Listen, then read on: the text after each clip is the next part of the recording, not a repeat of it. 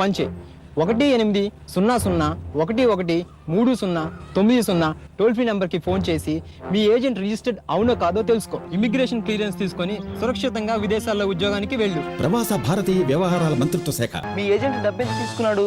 మా ఏజెంట్ అయితే ₹1,00,000 అడుగుతున్నాడు. నిర్ధారించబడ్డ ఫీజు మాత్రమే ఇవ్వు. ఏ ట్రావెల్ ఏజెంట్ దగ్గరికి వెళ్ళొద్దు.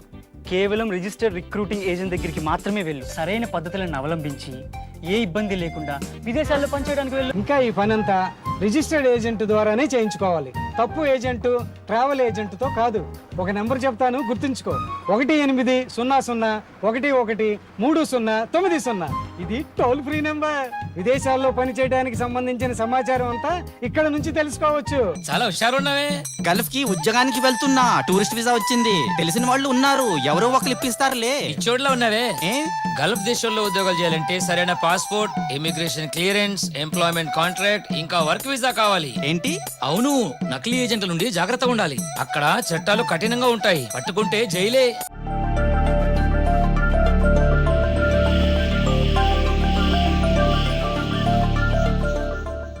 గల్ఫ్ లో ఉద్యోగాలు చేయాలంటే రిజిస్టర్డ్ ఏజెంట్ ద్వారా వెళ్ళండి.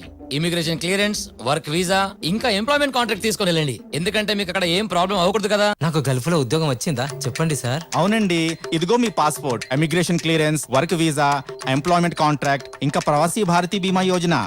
బీమా యోజన? అనారోగ్యానికి 50,000, తమ కేసు వాదించాలంటే 25,000, చనిపోతే 10 లక్షలు లభిస్తాయి. పర్వాలేదా సార్? నన్ను నమ్ము, నేను రిజిస్టర్డ్ ఏజెంట్ ని. ఏదైనా ప్రాబ్లం వస్తే ఇదిగో నా కార్డు.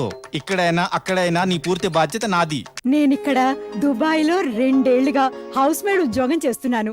ఎంతో సుఖంగా. 30 ఏళ్లు నిండాక వర్క్ వీసా కోసం అప్లై చేశాను. ఇండియన్ ఎంబసీ నా జాబ్ కాంట్రాక్ట్ లెటర్ ని అటెస్ట్ చేసింది.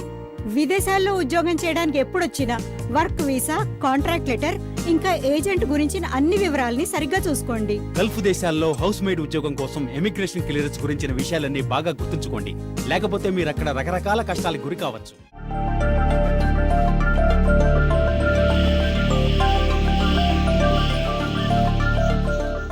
పంతులు గారు, పెళ్లికి మంచి ముహూర్తం పెట్టండి. పెళ్లి కొడుకు కాలిఫోర్నియాలో ఉంటాడు. కాలిఫోర్నియా అబ్బాయి అయితే ముందు జాతకం చూడాలి. అంటే అయితే అబ్బాయి ఓటర్ రిజిస్ట్రేషన్ కార్డు చూసారా? Social security number, employment record చూసాం. ఇంకోటి కూడా చూడాలి. అతనికి ముందే పెళ్ళైపోయినా మళ్ళీ ఇండియా వచ్చి. చూసాం పంతులు గారు, చూసాం. అయితే చాలా మంచి సంబంధం చూశారన్నమాట. వివాహానికి ఆలస్యం మంచిది కాదు. శుభస్య శీఘ్రం. మాకు అమ్మాయి నచ్చిందండి, మేము రెడీ. మా వాడు వారం రోజుల్లో పెళ్లి చేసుకుని వెళ్ళాలని విదేశాల నుంచి వస్తున్నాడు. కానీ పెళ్లి పనులు కార్డు తయారు, ఇంకా పిల్ల పేరు నింపాలంతే.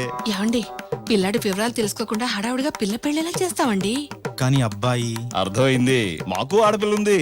అబ్బాయి గురించి పూర్తి వివరాలు తెలుసుకోవాల్సిందే.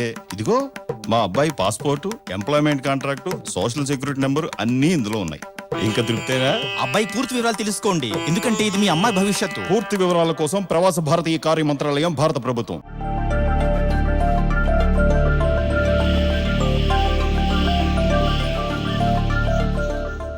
దుబాయ్ వెళ్లే ప్రయాణికులందరికీ సుస్వాగతం. మొదటిసారి విదేశం వెళ్తున్నారా?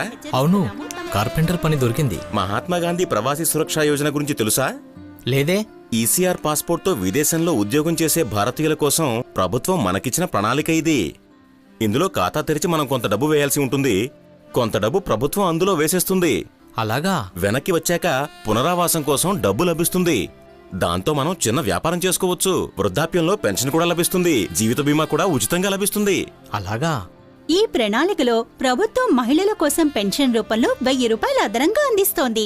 ఈ ప్రణాళికని విదేశంలో తీసుకోవచ్చా? తప్పకుండా. విదేశంలో ఉన్నప్పుడు భవిష్యత్తు గురించి చింతించాల్సి వస్తే మహాత్మా గాంధీ ప్రవాసీ సురక్షా యోజనని సొంతం చేసుకోండి.